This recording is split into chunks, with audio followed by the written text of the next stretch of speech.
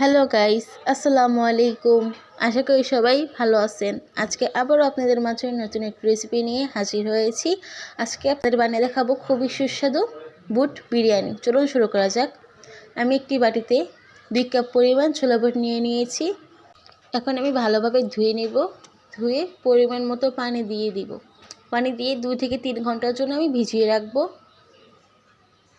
2 থেকে 3 ঘন্টা পর দেখুন কতটা ফুলে গিয়েছে। এখন আমরা সিদ্ধ করে নেব। আমি একটি ফ্রাই প্যানে বুটগুলো ঢেলে দিয়েছি। এখন পরিমাণ মতো পানি দিব।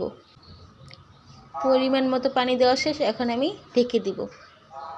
বুট সিদ্ধ শেষ। এখন চুলায় একটি ফ্রাই প্যান বসাবো। ফ্রাই প্যানটা গরম হয়ে যাওয়ার পর আমি পরিমাণ মতো তেল দিয়ে দিব। তেলটা হালকা গরম হয়ে যাওয়ার পর হাফ কাপ পরিমাণ পেঁয়াজ কুচি, হাফ কাপ পরিমাণ কাঁচামরিচ কুচি আমি একসাথে দিয়ে দিব। দিয়ে আমি এখন নাড়তে থাকব।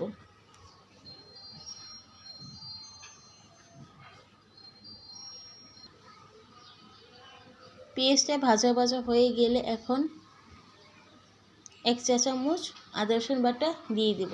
দিয়ে ভালোভাবে নাড়তে থাকব। আদা রসুনটা ভাজা ভাজা হয়ে গেছে।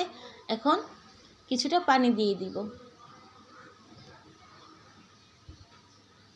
এখন আমি 1 টেবিল চামচ হলুদের গুঁড়া, 1 টেবিল চামচ মরিচের গুঁড়া, 1 টেবিল চামচ গোলমরিচের গুঁড়ো, পরিমাণ মতো লবণ দিয়ে আমি ভালোভাবে নেড়ে নিব। এখন হাফ কাপ পরিমাণ বিরিয়ানির মশলা আমি দিয়ে দিব। দিয়ে এখন ভালোভাবে কষাতে থাকব।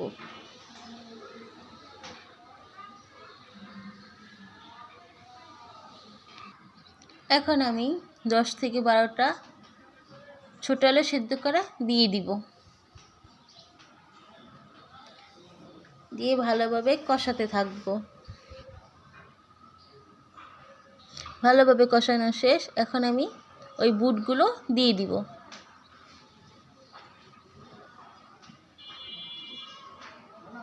দিয়ে এখন আমি ভালোভাবে নাড়তে থাকব।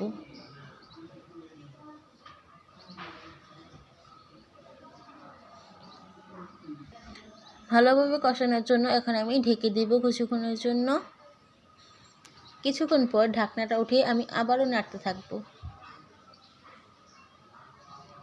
ভালোভাবে কষানো শেষ। এখন আমি কিছুটা পানি দিয়ে দিব।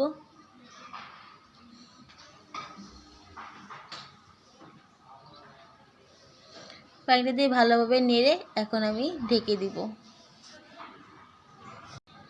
5 মিনিট পর ঢাকনাটা উঠিয়ে ধনে পাতা কুচি দিয়ে ভালোভাবে নাড়তে থাকব।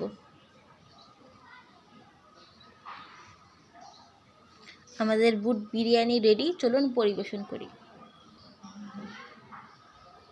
আমি 4টা ডিম দিয়ে উপরে পরিবেশন করে নিয়েছি। দেখুন কতটা সুন্দর হয়েছে। খেতে খুব দারুণ। বাসায় একবার হলো ট্রাই করে দেখবেন।